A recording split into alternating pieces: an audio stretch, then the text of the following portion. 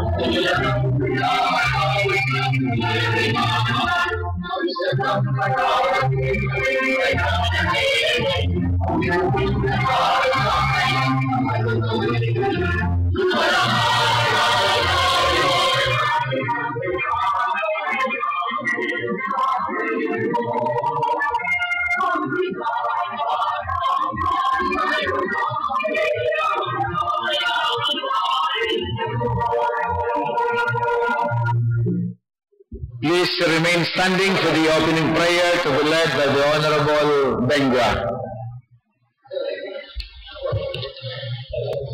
In the name of the Father, the Son, and the Holy Spirit. Dear Lord, as we deliberate in today's session, give us the wisdom to overcome passion. Give us the understanding heart to do away with prejudice. Give us the foresight to know what the future may devise. Give us the courage and strength to seek the truth in what is good. Give us the facility of language that we may be understood. And finally, our Lord, make us worthy public servants of this province. We deeply love and highly honor the province of Camarines Sur, the Penang province of Bicol region. Amen. Thank you, Honorable Benga.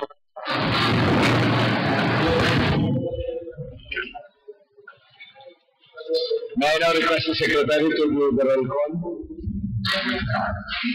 Honorable Vice Chairman Fernando Sito. Present. Honorable Board Member Warren A. Sinian. Honorable Board Member Romulo Fernandez. Honorable Board Member Darius S. Motma. Honorable Board Member Fabio S. Vigoracion. Honorable Board Member Nelson B. Gudu. Honorable Board Member Rodito P. Espiritu Jr. Honorable Board Member Neo G. Naval. Honorable Board Member Emmanuel H. Noble. Honorable Board Member Gilmar S. Pahamara. Honorable Board Member Amador L. Simando. Honorable Board Member Giovanni A. Sinian. Honorable Board Member George R. Benga. Si Chairman, everyone certify the existence of the quorum. Considering that we now have the quorum, we'll now proceed with our session. The Honorable Naval is now recognized. Next item, please. Approval of the journals of the session 1. Approval of the agenda. So, Chairman, I move to recognize Honorable Rodito Espiritu. The Honorable Espiritu is now recognized. Thank you, Mr. Chairman. I move for the inclusion of the following resolution and the business for today. Resolution commending outgoing provincial board member Domingo Briones for his invaluable contributions as public official and an ex officio Sangguniang Panalawigan member being provincial president of the Liga ng mga Barangay, Camarines Sur chapter. I move for his inclusion, Mr. Chairman. Any second? Duly seconded. Any objection? The chair will stand. Same is approved. The Honorable Noble. Thank you, Mr. Chairman. For inclusion under committee report, proposed ordinance titled An Ordinance Establishing a Provincial Integrated College System to be known as the Camarines Sur College, integrating the Bao Community College and Municipality of Bao and the Don Mariano A. Bigapote Community College in the Municipality of Manan. And there is the province of Camarines Sur. Under committee report, Mr. Chairman. Under committee report, any second? Duly seconded. Any remarks? Objection? The chair will stand. Same is approved. Yes, Your Honorable Benga. I move for inclusion, Mr. Chairman. Resolution urgently boosting all depository funds of barangay funds of the 1,036 barangays within the territorial jurisdiction of Camarines Sur to provide free notarial services in compliance with the Commission on Audit Circular Number 2012-005 dated December 7, 2012. No further inclusion under business for the day. Under business for the day. Any second? Duly seconded. Any objection? The chair hears none. Same is approved. Mr. Chairman, if there will be no more inclusion in the agenda, I move for its approval as amended. Any second? Duly seconded. The agenda for today as amended is hereby approved. Privilege hour, and appearance of guests. Appearance of Mr. Shandy and William. Good morning, Mr. Chairman. Last session, we invited Mr. Shandy William to appear before this body, August body, today to receive the resolution which we have passed. Unfortunately, Mr. Chairman, Mr. William could not make it for today's session because of time constraint. So we request that Mr. Sandro Villar be invited for the next regular session for him to receive the resolution which we have passed. Okay, so the Secretary is so directed to send the needed necessary communication to Mr. Villar. Thank you, Mr. Chairman. Thank you, Attorney Simino. Mr. Francisco Mbao, the appearance of Mr. Francisco Mbao is requested by this honorable body, the Division Chief of the Fisheries Regulation Law, Enforcement of Fabrica de la Camarines Sur, Mr. Santiago Mordo-Franca, Provincial Fisheries Officer, Bureau of Fisheries and Aquatic Resources, and the Vicinity of Camarines Sur, the Chairman of the Committee on Fisheries and Aquatic Resources, Valvalio of Camarines Sur, the Chairman Committee on Fisheries and Aquatic Resources, Abragay, Camarines Sur, the Chairman of the Committee on Fisheries and Aquatic Resources of Lupi, Camarines Sur, Chairman of the Committee on Fisheries and Aquatic Resources of Cebuco, Camarines Sur, and the Chairman of the Committee on Fisheries and Aquatic Resources of Lugman, Camarines Sur, the Chairman of the Committee on Fisheries and Aquatic Resources of Pasacao, Camarines Sur, the Chairman of the Committee on Fisheries and Aquatic Resources of Balatan, Camarines Sur. The purpose of the invitation is to shed light to the August body of legislation on matters concerning the unified fisheries legislation over jurisdiction on coastal marine resources. This is requested by Honorable Giovanni A. Sinwara. Mr. Chairman, I move for the suspension of the rules. Rules? Our invited guest can be accommodated. Rules suspended. May we invite our guests to please occupy the front seats. The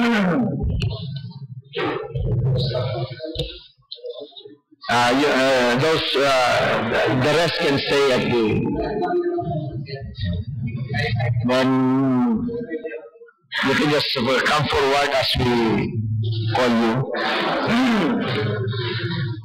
The Honorable Senior is now recognized. Yes, thank you, Mr. Chairman.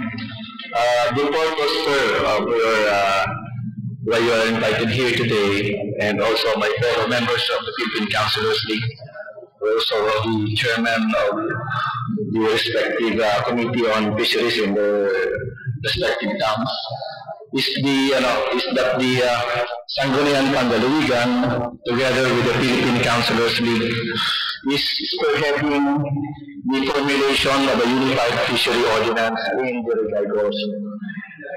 The purpose of your presence here, sir, is to identify policy gaps, overlaps, and conflicting provisions of the municipal fishery ordinance in the respective towns. And also, Mr. Chairman, if you may, sirs, you can make a policy recommendation for drafting the proposed UFO. Maybe, sir, we can start with the Bureau of Fisheries and Aquatic Resources. And you could also start with by presenting a comparative analysis of the annual catch in Barangay Gov, as well as informing us of the apprehensions made by the fund. Maybe you can start with that. Okay, please go ahead. Good morning, sir. Gentlemen.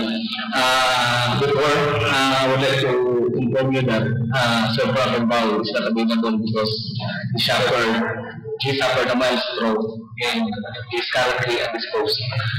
I am Mr. Balubag of the law enforcement with response team of the Bureau of Fisheries, Regional Office Number 5. So, our division is only limited to the apprehensions and prosecutions of violator of the Republic Act 0. Under year 2013, we apprehended only in Boreas Pass alone 35 violators, and we filed at least 50 cases in various court and prosecutors office, and we will pending.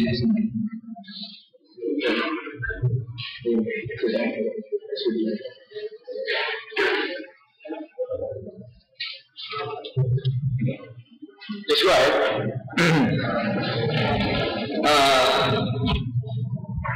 Republic Act 8550 authorizes local government units, especially municipalities, to have a unified or the management of the adjacent area be unified. However, so may clarify that the power to enact municipal fisheries is like Suria, local government, or municipal and city government. And the Sangguniang or the province can only suggest or initiate. Like the one that we done in Sorsogon, whereby we request the municipal agriculture office, especially those municipal fishery technologies, to kindly facilitate the drafting of a unified ordinance in their coastal municipalities. And then, if they have already drafted and submitted to the committee, because in Sorsogon, they created a committee regarding the creation of a unified ordinance. In addition, as mandated under the law, under Republic Act 8550, it's a local government which is mandated to enact a municipal fisheries ordinance, and if approved, it could be unified if the local chief executive through the SB are willing that the municipal fisheries ordinance would be unified from among the coastal municipalities bordering Barangay Gov. So, in the process, we have to inform the local chief executive through a FAMC, because FAMC is quite important and playing a important role in the unification and the preparation of this municipal fisheries ordinance. FAMC is a council, a recommendatory body in charge of the preparation of the plans, programs, presented to the SB, to Mr. by Chairman or Agriculture and Fisheries. And once approved, it becomes an ordinance. So, in the process, I think we should inform the local chief executives about the unification. And if they are willing, well and good. It will be, we go on the process. Mr. Chairman, what they're saying is the usual route of making a unified fishery ordinance. Because the usual route is that the Development Council would propose the unified fishery ordinance, and these development councils are composed of the executives. But this time, I am spearheading this alternative route, Mr. Chairman, because here we have, as members of the Philippine Councilors League, all the members of the Sangguniang Bayan are members of the Philippine Councilors League, and they are the ones who will approve the unified fishery ordinance. So, what I'm saying is that we are here directly formulating a fishery ordinance with the same people that will approve it in the respective towns. So, sa nakikita ko, Mr. Chairman, there is nothing wrong with making a policy or a proposed ordinance together with them. Because they will be the ones who are approving it. Once we drafted it, once we have a proposed ordinance, these people or the members of the Philippine Council in the respective municipality, they are the ones who will approve it. So,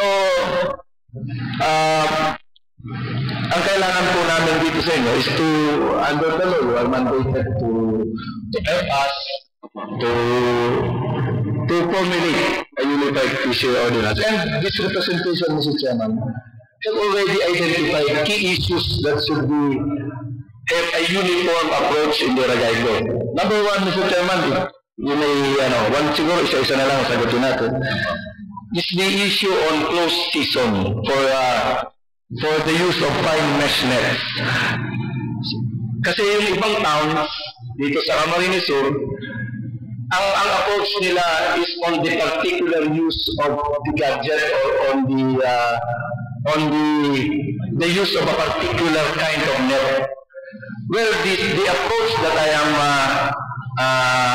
gusto kong ipanukala is on the specific species of fish.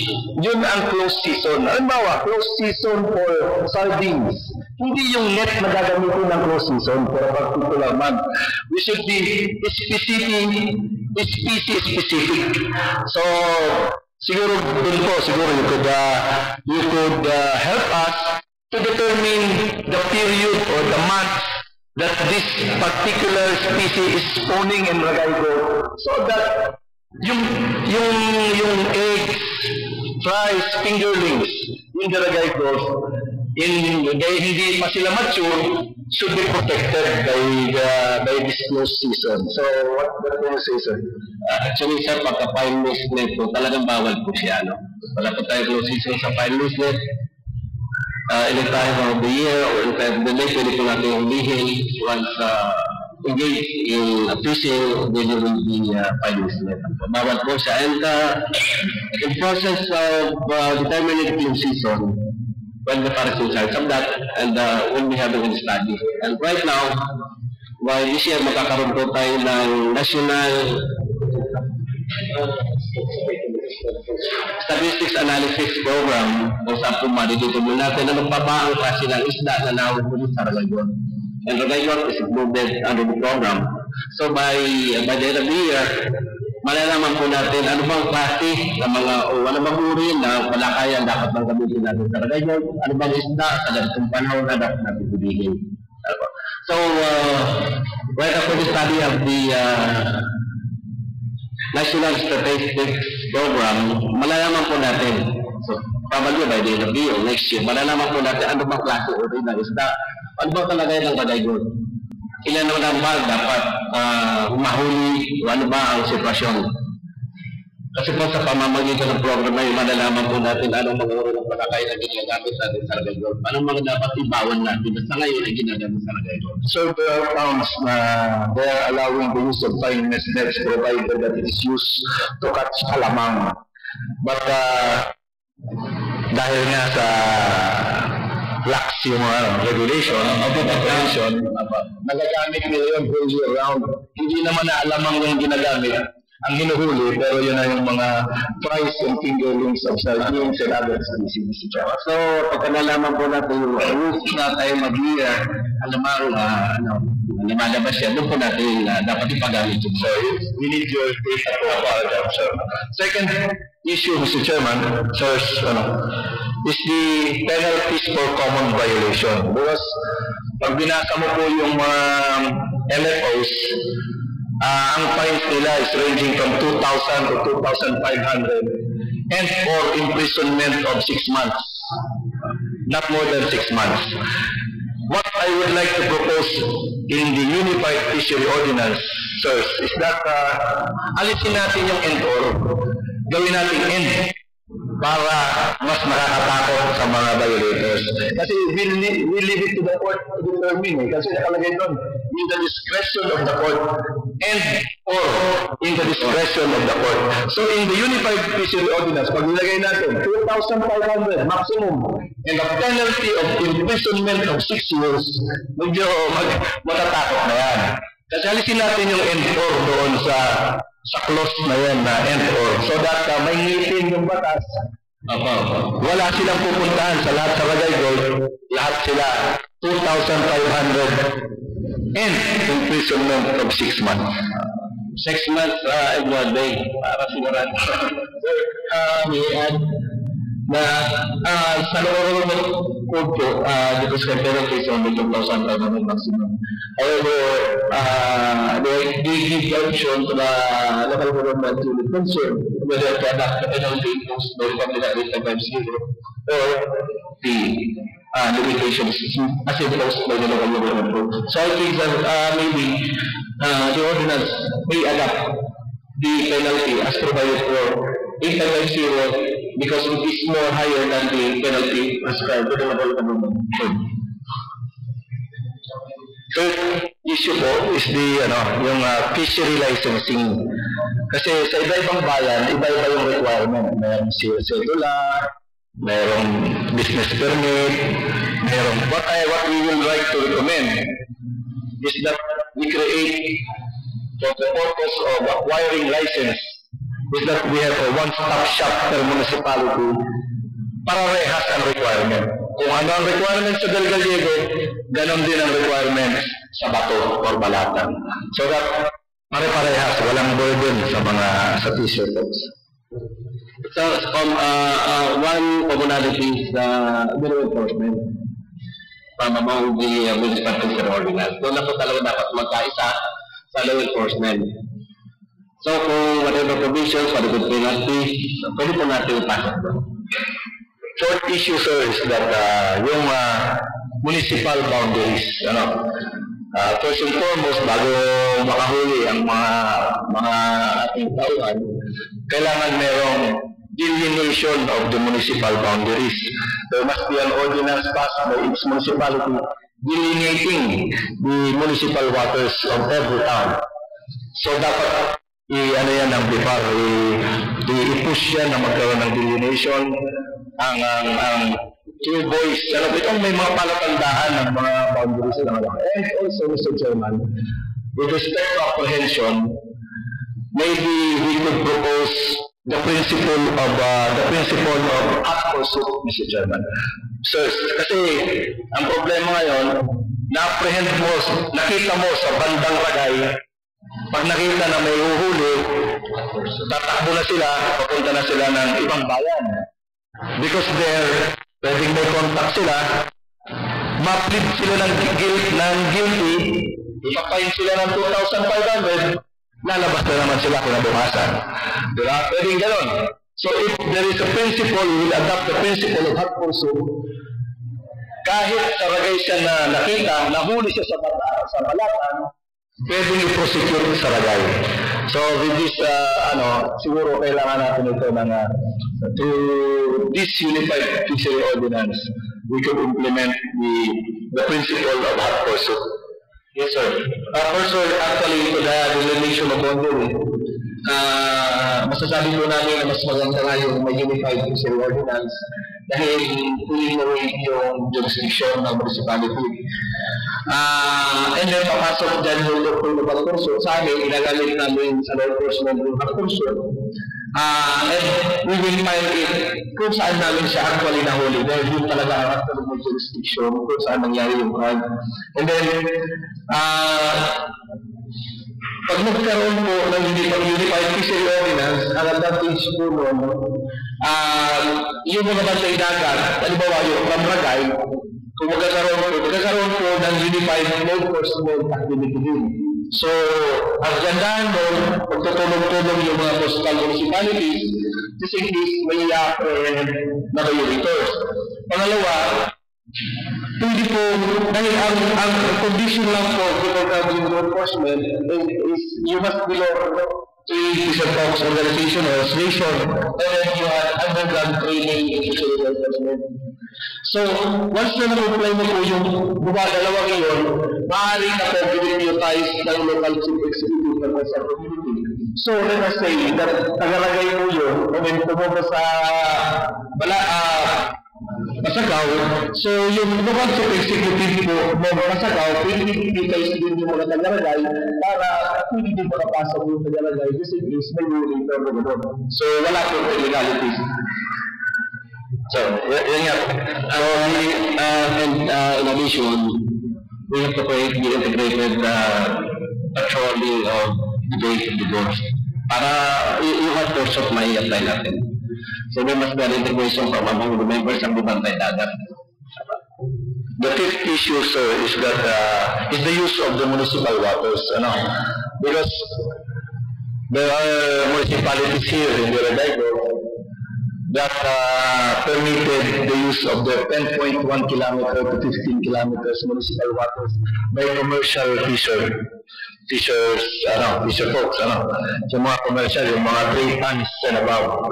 So, although this is allowed by 8550, but if we can have a unified fishery ordinance, pwedeng i-allow from 10.1 to 15 kilometers provided it is within the 7 fathoms deep. Or we would stick to the 15-kilometer line of the municipal water. So, ano po ba talaga yung kayo from DIPAR, ano po ba talaga yung nababago sa lagay mo? I-allow within the 10.1 kilometer to 15 kilometers or we stick to the mandated by law which is the 15 kilometer. Actually, sir, galing na po ako ng Balatan. I was invited by the ASB to review the ordinance and that they're willing to not to adapt that provision. They're willing to delete that provision. Gusto na po nila alisin yun. Yung from 10.1 to 15 kilometers. So meron po talaga nun, di ba? Gusto na po ng sila ng ordinance na allowing it in the municipal waters.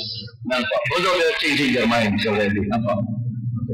So, in addition also, I had a chance to assist the local government unit of Lukmanan because we had also the ordinance whereby they adapt 10.1 to 15 kilometers for commercial fisher.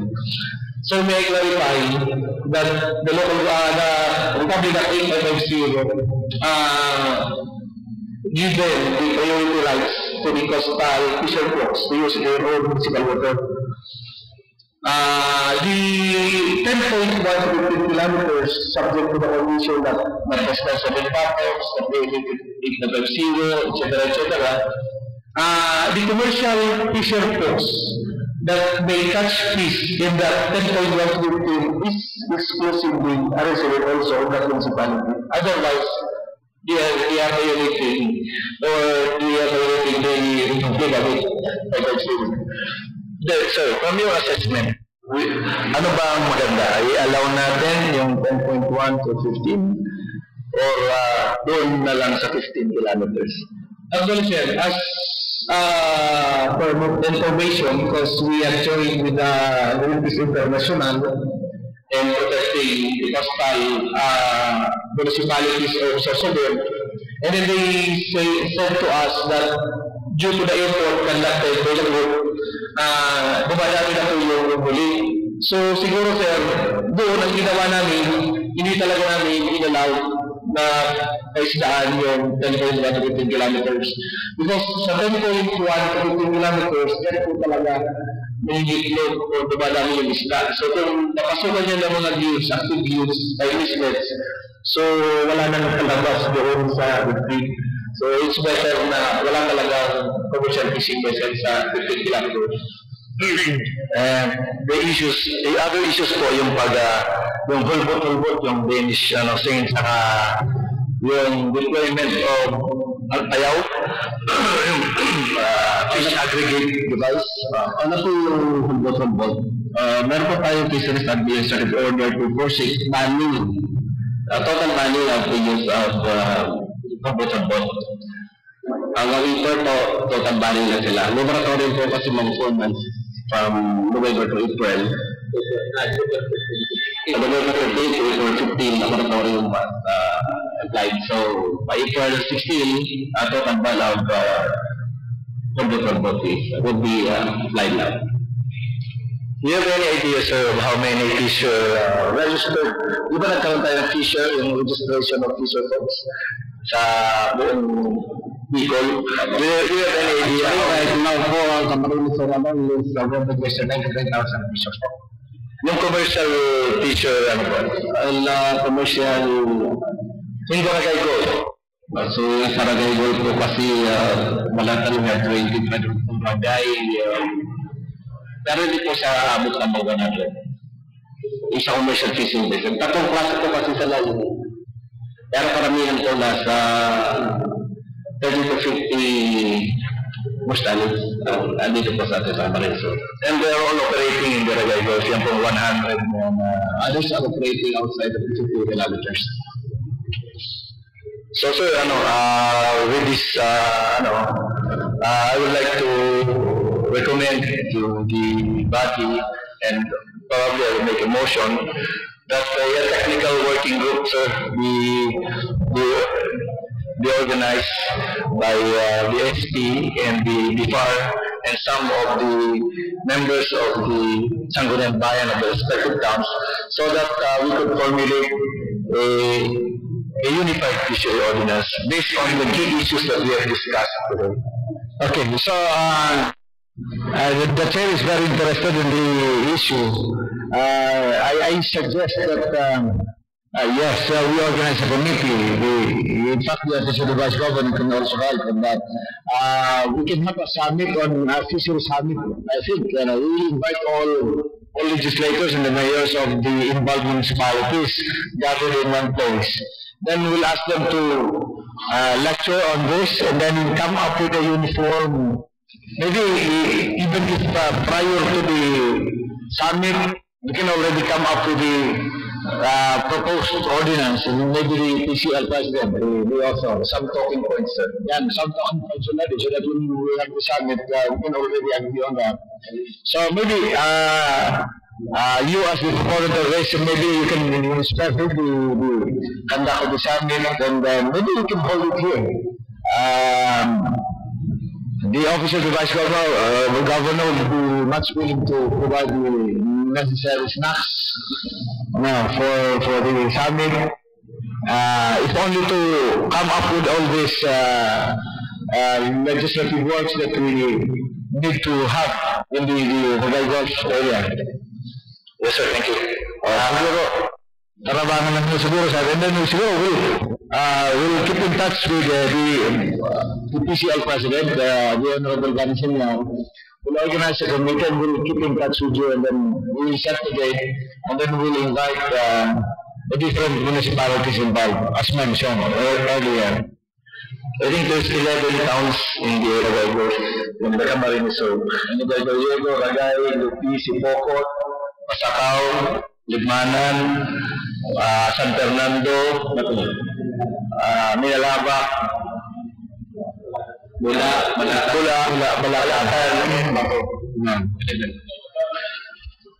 So, Mr. Chairman, I agree on your proposal. Yeah, that should be the case. Pag-ulayan naman siguro ang tanghaling mas maganda pagtuloy, we can already come up with the unified Fishery ordinance.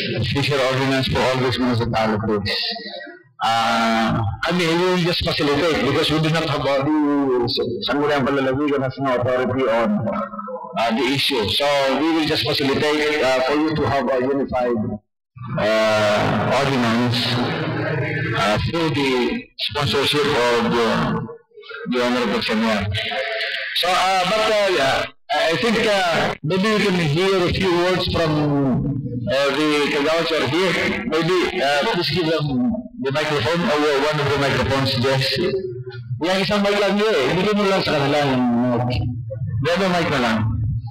So, we'll just get a statement from them also. Anyway, yaw na mga kamulig po. Okay, thank you very much po. Please identify yourselves and then I'm Municipal Councilor from Mangalore. municipality of Cebu, and I'm the chairman of the Agriculture and Fisheries. And as to the subject matter that we discussed, the municipal fisheries ordinance of the municipality of Cebu approved by the Pangalawin last year, and that was the integration of different municipalities along San Miguel and so thank you very much for this opportunity, and I invite kami to sa July we are ready to help to prepare the provincial ordinance. Thank you very much. Thank you, Kagawan. Next po. Magandang umaga po. Ako po si ABC Officer of the Pasakaw. Siguro po, may kaunting pag-adjust sa lahat lang po ako mag-recognize sa Commission Member Dito Dinga. Kaya po, ako po, Chairman ng Committee on Fisheries and Resource Management.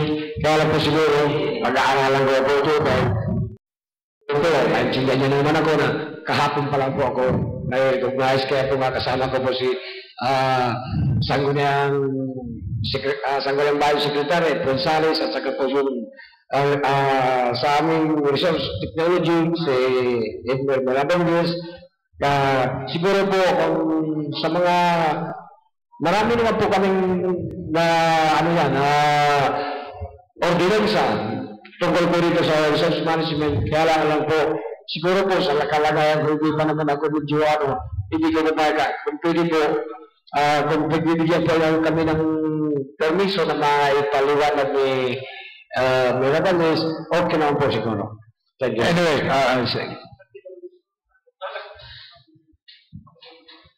siguro po, thank you very much for the opportunity. Siguro, anyway po, as agreed po naman, narinig ko po na mag-perform ng TWG, no? So, to listen maybe the time, mas maganda po doon na po natin gawin ito. Although, as a brief siguro po, experience ng Pasakaw, ibig ko pong bigyan puri yung inisyatibong ito, dahil isa po ito talaga napakaganda na makakatulong po sa mga local government units para po magkaroon ng isa-isa, magkakahawig po talagang batas patungkol po sa magpapatupad ng ating batas panisdaan. Ang naging konflikto kasi ang problema namin as experience by Pasakaw, minsan po may violation nangyari sa aming lugar, then iba po yung penalty pagdating sa isang bayan, like San Fernando. So baka po dito maayos ito, yung halimbawa registration of fishing boat or issuance of piece of ID, iba yung rate sa Pasakaw, iba yung San Fernando, maybe in some may nalaba. Yun mga instances. And doon po na naman sa enforcement of law, totoo po yun, mas maganda kung magkaroon tayo ng pagkakatugma na policy para po hindi po bago sa lahat or hindi ba sa isang tingin pa lang alam ng sino man kung ano yung violation, ano yung appropriate penalty, saan ilalodge yung case kung sakasakali. Kasi po, nandun na nga po sa ating batas para parehasyon. Pero I would siguro suggest na by bay yung ating uniformity ng ordinance. Lagay ko, San Miguel Bay, para po yung contribute po yung ng mga munisipyo. Siguro yun na lang po muna. Eager na po kami doon sa TWG. Aktibo pong participate doon yung Pasakaw. Thank you very much. okay, so thank you. Ikasam, you have anything to say? Aga po sa Indo Gabos, Sangguniang Pangilinan, Vice Governor. Tama po itong Unified Ordinance dahil ang mga munisipyo, jurisdictional ang ordinance. May sad experience kami. May nadagop kaming Pangulong Orsay. In 2006, we filed a case before the Municipal Trial Court of Pasakaw. However, our fishery law enforcement official do not possess the appropriate gadget whether to determine the accuracy of the location of the apprehension. Now, it so happens that when we filed the case before the court, the counsel of the respondent filed the motion to dismiss because finding using the GPS system in the NAMRIA delineation mapping system of our seashore, the apprehension occurred in San Fernando. So, meaning to say, they refute our stand that they were violators of Pasakaw. So the offense were already dismissed by court for lack of jurisdiction. We should have filed. They suggest that we should have filed it before the San Fernando trial court. So yan po ang sad experience me, and this is very timely for a unified ordinance now erasing now the jurisdictional problem. Thank you very much po. So thank you. I think we will organize that together with the Committee on Agriculture. We'll have to sit down with the Committee on Agriculture because this is part of his concern. And of course, the lead person here is the Honorable Bani Senyar. We will attack this by bay, according to them. So, Ragay Golf na muna siguro, and then, yes, the Honorable Simando, please. You are recognized. Mr. Chairman, I commend Board Member Bani Senyar for spearheading this laudable ordinance. May I suggest that this ordinance should not cover only the Ragay Golf area, but this should cover all the coastal areas in the province of Camarines Sur. In our district, there are 7 municipalities that may be involved in this project, and also in other districts, like the 3rd district. So, that is my suggestion, Mr. Chairman, that in the summit, the coastal municipalities should be invited to participate. Okay po. Thank you. That's a good suggestion. Yes, the Honorable Nabal is recognized. Thank you, Mr. Chairman. Actually, Mr. Chairman, you can identify the 3 bays. San Miguel Bay, the Lagonoy Gulf, and the Ragay Gulf. So maybe we can cluster them into 3 so that we can have a unified in a provincial level approach, Mr. Chairman.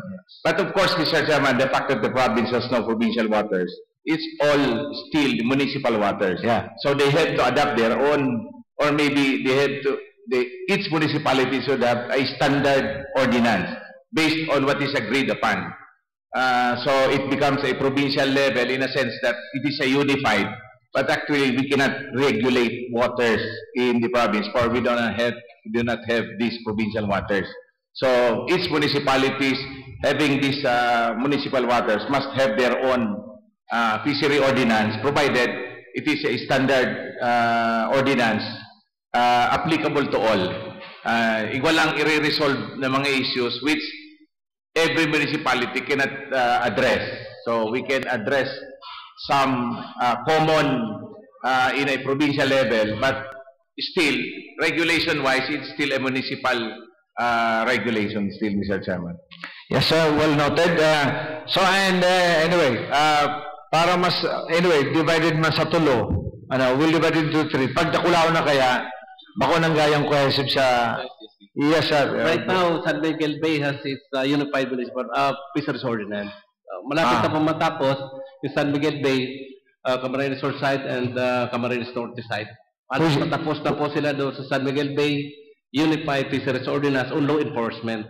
Of all LGUs. Of all LGUs. Of all LGUs, including Camarines Norte. That's good. And right now also, Lagonoy Golf, ginagawa na rin po nila unification.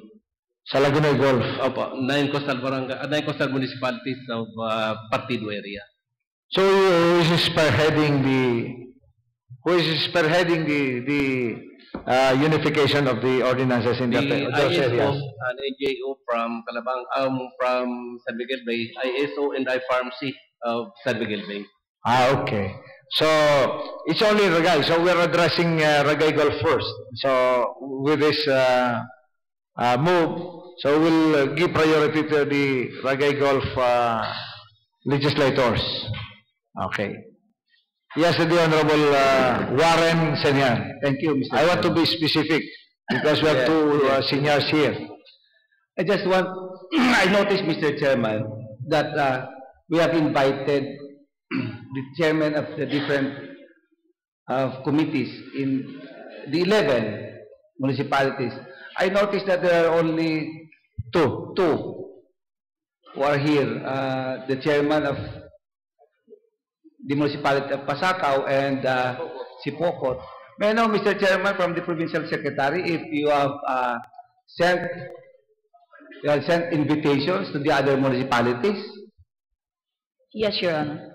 Or what They did not confirm of whether they will be attending today's session. are they interested?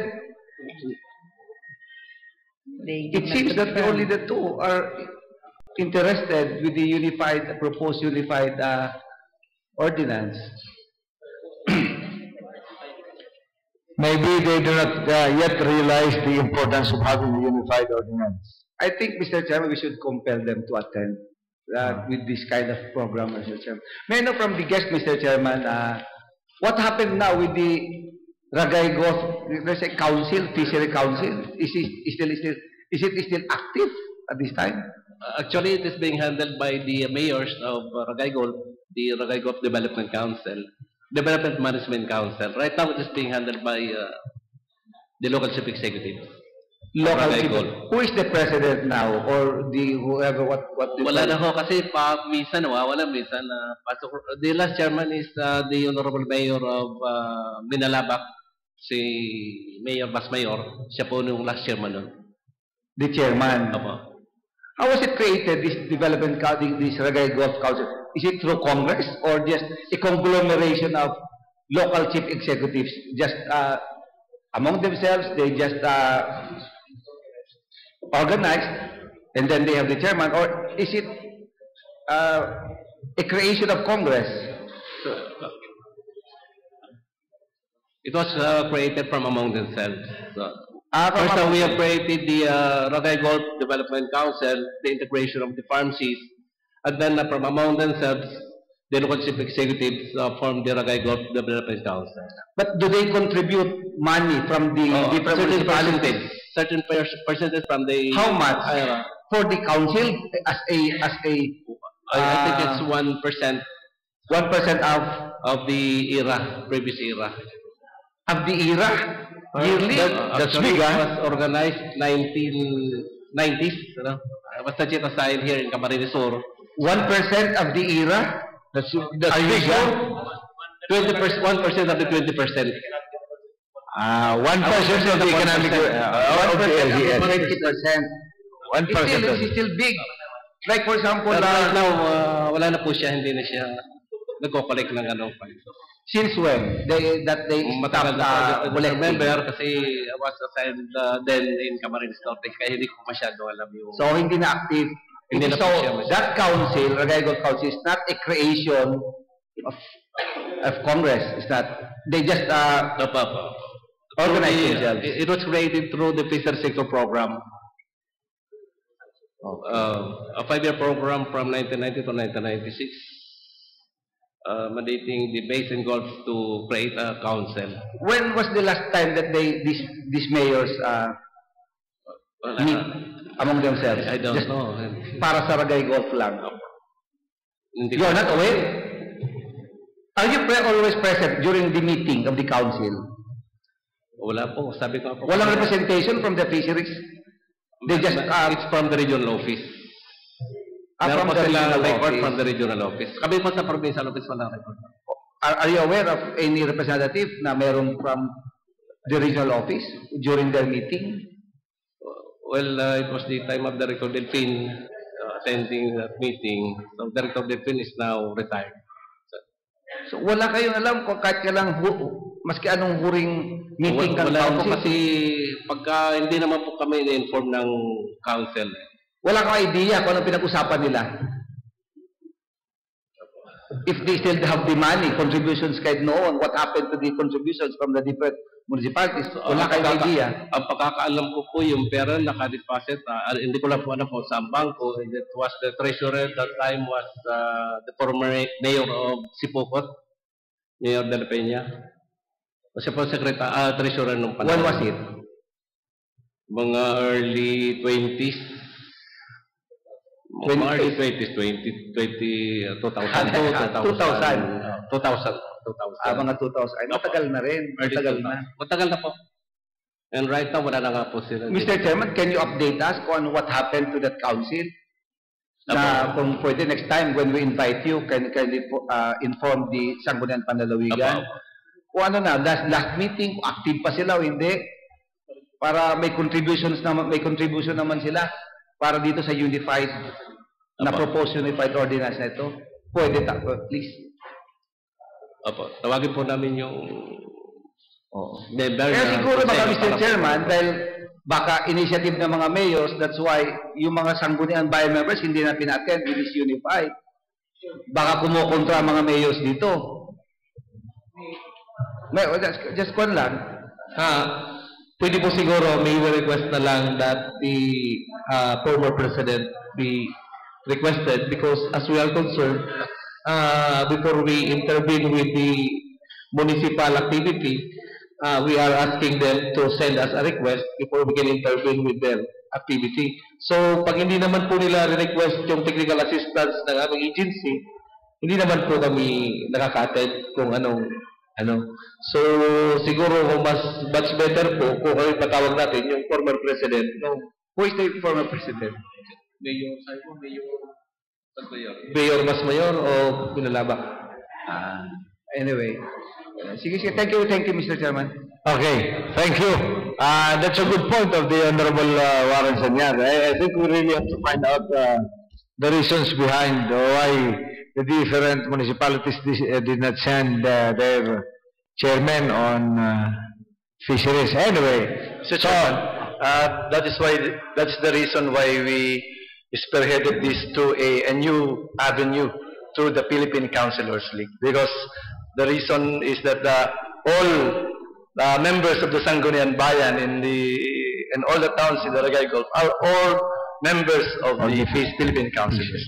That's good. So anyway, but we need to involve also the local chief executives, because they will be the one to implement the ordinances. So I think we will have to invite all of them during the summit.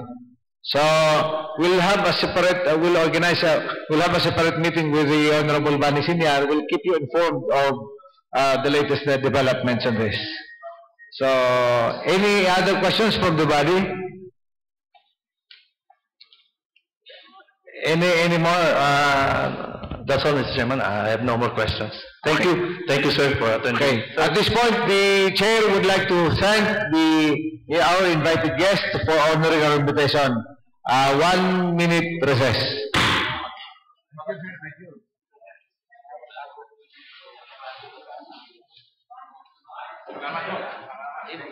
John will now resume. F3. Circulars, letters, and other communications. Mr. Chairman, I move that item under F3A be referred to the Committee on Franchises. F3A is referred to Committee on Franchises. And also, Mr. Chairman, on F3B, before we refer the matter to the Committee on Ways and Means, this is just for information of the body that there is here at least how many real properties, including properties of Globe and Smart companies, to be offered for auction, Mr. Chairman. So, in fact, Mr. Chairman, according to our provincial treasurer, kung makukolekta ta iniyo, it will amount to 149 million. So the delinquency of real properties in the province of Camarines, Mr. Chairman, is totaling to 149 million. So the remedy, Mr. Chairman, is to let these properties subjected to auction. Considering, Mr. Chairman, that the property for purposes of taxation, this is considered tax in rem. So this tax is imposed to real properties, but not on the owner of the real property. So whoever is the owner of the property does not matter, but the property is subjected to auction. So with this, Mr. Chairman, I move that this be referred to the Committee on Ways and Means, and to inform the body that we will be conducting committee hearing on the matter so that we will address the call of the executive department that all these real properties be subjected to auction sale. By I think March or April, this will now be subjected, all of this will be subjected to auction sale. So F3B is referred to the Ways and Means Committee. F4. Mr. Chairman, I move that the 3 items under for review be referred to appropriate committees as marked. The 3 items under for review are hereby referred to the concerned committees as marked. Calendar of business, committee report, inclusion of Honorable Noble. The Honorable Noble is now recognized. Mr. Chairman, committee report on higher and technical education. Subject, proposed ordinance entitled Ordinance Establishing a Provincial Integrated College System to be known as the Camarines Sur College by integrating the Bao Community College and the Municipality of Bao, the Don Mariano A. Villaforte Community College in the Municipality of Libmanan, and the Calabanga Community College in the Municipality of Calabanga. All of these are the province of Camarines Sur, appropriating fund thereof in for the other purposes.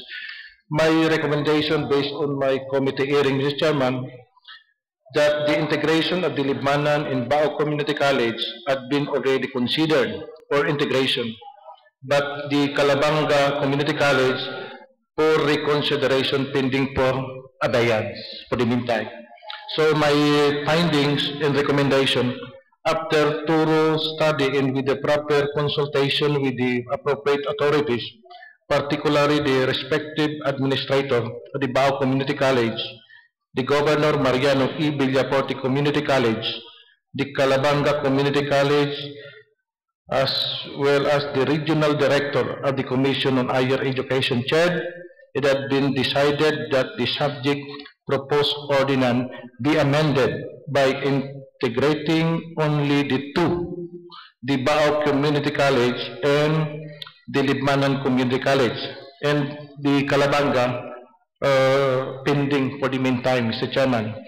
The amended ordinance entitled An Ordinance Establishing a Provincial Integrated College System to be known as the MB Villaforte College by integrating the Bao Community College and the Municipality of Bao, and the Governor Mariano E. Villaforte Community College and the Municipality of Libmanan, a province of Camarines Sur, appropriating fund for other purposes, a copy of which we attach herewith has been formulated and thoroughly discussed during the series of public hearing and committee meetings.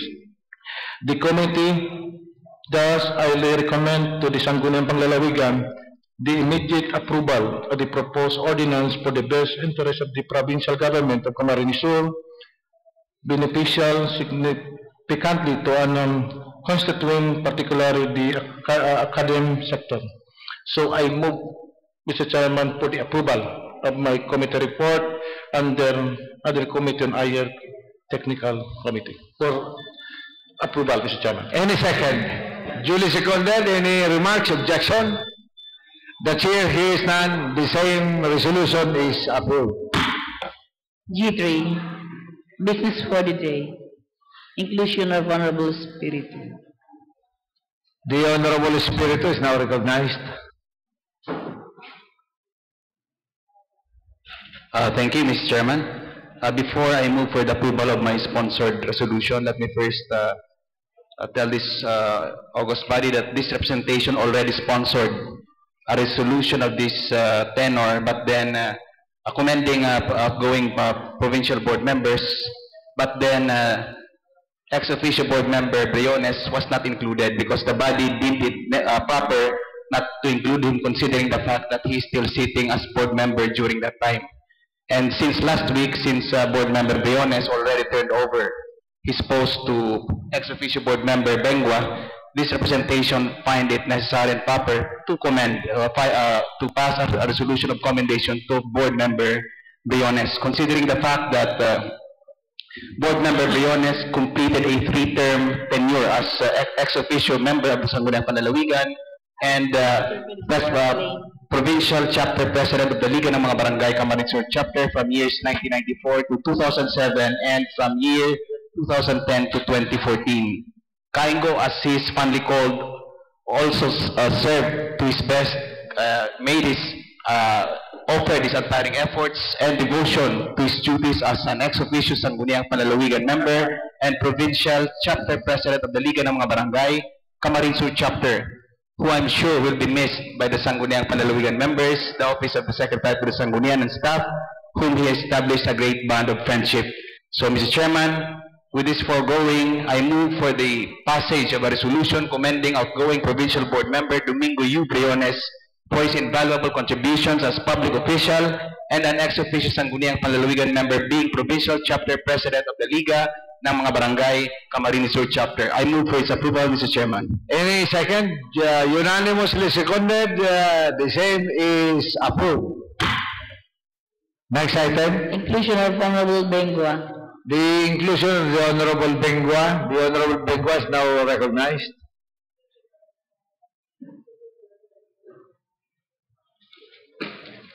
Thank you, Mr. Chairman. So, I move for the approval of the resolution urging all depository banks of barangay funds of the 1,036 barangays within the territorial jurisdiction of Camarines Sur to provide free notarial services in compliance with the Commission on Audit Circular Number 2012-005 dated December 7, 2012. I move for the approval, Mr. Chairman. Any second? Duly seconded. Any remarks? Yes, the Honorable Senator. Get our favorite question key. Yes, With the gentleman, the ABC President, yield to some clarificatory questions, Mr. Chairman. yeah. Kung pwede, makapot lang. Okay, sige po. Iyo. Magayon ini sa imo, Mr. Chairman, magayon ini iyo na kacasa sa mga bangko ideya. Gusto ko lang maaraman, Mr. Chairman, sa proponent, kung ini sentiments talaga ini iyo kan mga kapitan. Ini sa imong gustong ipasar na resolution. Thank you po. So, yun po yan, sa Pasakaw, yun po yan si napag-orolayan mi na iano po yan. Nakulaw na bagay kaya ni yung na notarial fee kung may tatao na kang bangko. Every time kayo mag-transact ang barangay, so nagpapanotaryo po ng dokumento itong punong barangay certification po. So kung mag-grant inyo kang bangko, so nakulaw na tabang po niya sa entirong barangay dito sa kayong probinsya po. You are speaking, Mr. Chairman, kang Pasakaw. But in sa iyong proposal, kaya with the 1,036, gusto ko lang maraman kung talagang gabos na 1,036 p sentimiento na araw kanyang gusto ninda ining saguton ka mga bangko. Ini. So, day ko pa po na yan, no? So, maybe sa next, po, pag nag-convene kami, siguro next week, February 13, so ilalaw mo po niya to adopt this resolution. Balitan, mapapasar muna kita, tapos pag-ibo ka mong resolution ng Liga ng mga Barangay, adapting the resolution kang province. Iya po. Ayun. Pero, interesado lang ako, Mr. Chairman, for the information of the body, ABC President, kaya, ako ang inot na naging barangay captain. Pagpasar kan Local Government Code 1994, former ABC President man ako, Argmo, and barangay captain kadto at that time. Yung pagpuon ko sa karera ko in 1994. Ang Local Government Code 1992, kang ginibo, akong pinakainot kaya interesado akong maray na sentiments ka mga barangay, lalo mga kapitan, na iboboses kang yun lang nga, Mr. Chairman. Is that an objection or what? You're putting... No, just clarification. Okay. Thank you. Yes, the Honorable Naval. Some query, Mr. Chairman. Maray itong comment, Mr. Chairman, garapig di training ni Bukal Senior, ang gabos na ABC President. Later on, magsunod sa iyang mga footsteps. Marina yan medyo magbarabasko. Iba lang kung gusto mong ipa-intindi, Mr. Chairman. Kasi according to the title, in compliance with the Commission on Audit Circular, makumpli po ang bangko. Ini kaya pigo-urge ang bangko na magtaoning free notarial service in compliance with the COA. Si Say po ang pinapakumplita, si bangko o si barangay? Si barangay po ang ipapakomply kang COA na panotaryuhan itong PBC. So ngunya hinahagad ta po ngunya na ang bangko na ang magtaw kay itong anong ito tao. May mga lawyer man po baga ang bangko na pili mag-execute kay itong notarial. Sa title kay Mr. Chairman, garo ang pakaintindi ko, si bangko ang makumple kay itong COA circular. Bako palan. Ako po. Ang makumple si barangay council ta sinasabihan ng COA na magpanotaryo. Po. Okay. So,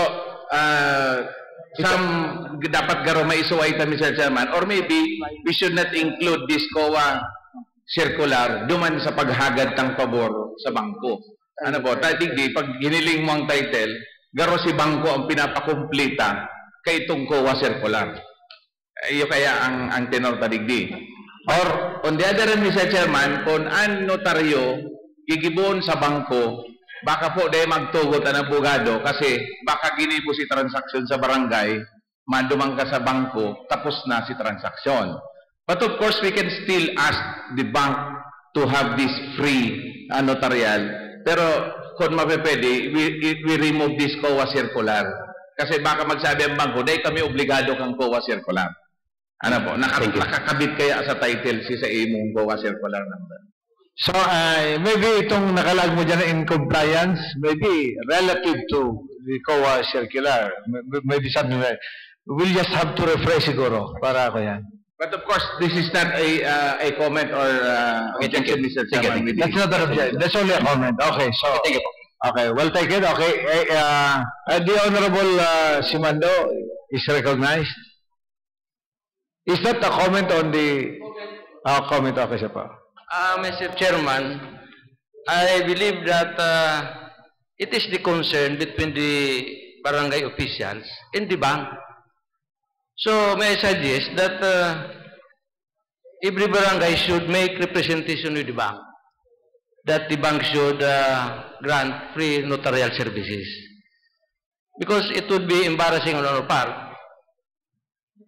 if the bank would not comply with our resolution, because they are not under our jurisdiction.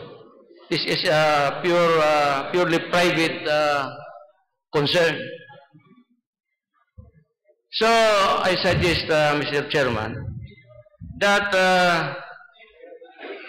the barangay should make a consensus among themselves to individually request the bank to grant them free notarial services. I think that would be more appropriate than our body, the provincial Sangguniang Panlalawigan, would pass a resolution urging the banks. Because what happened if the banks would not comply with our, it would be an embarrassment on the part of our of the Sangguniang Panlalawigan. That would be all, Mr. Chairman. Mr. Chairman, before we let our sponsor decide on the matter, I move for a 1-minute recess. 1 minute recess.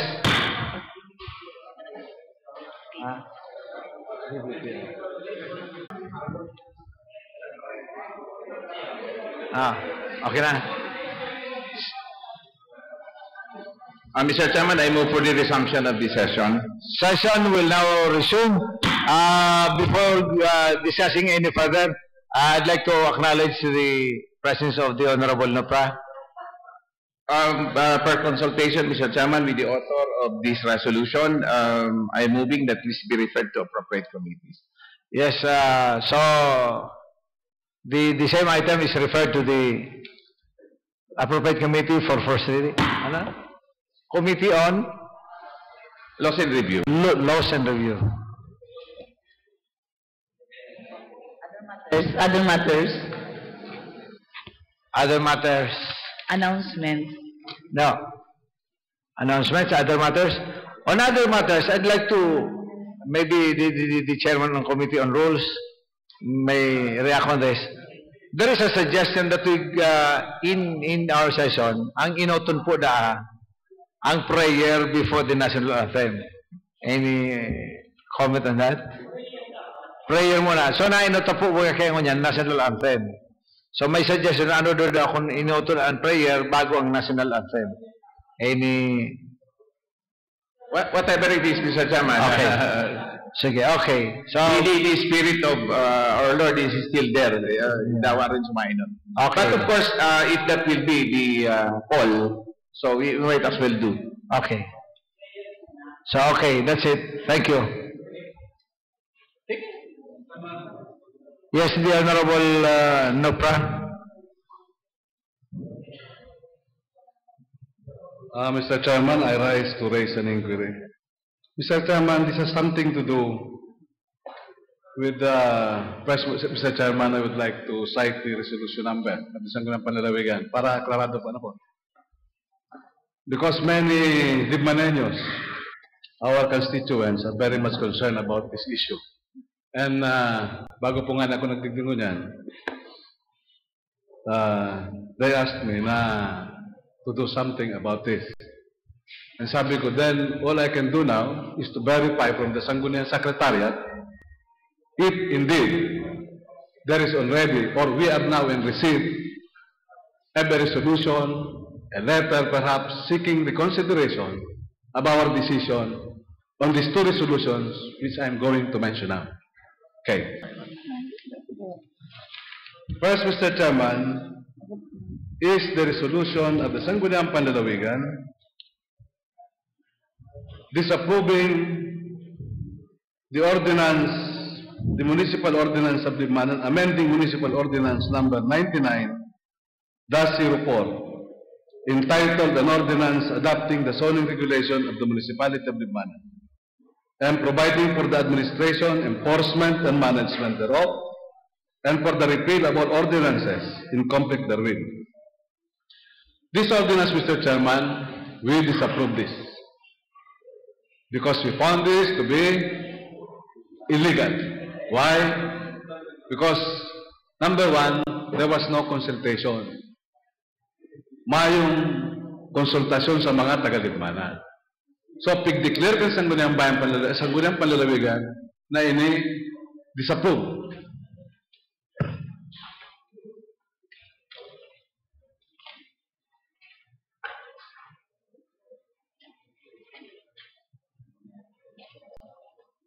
Another, Mr. Chairman,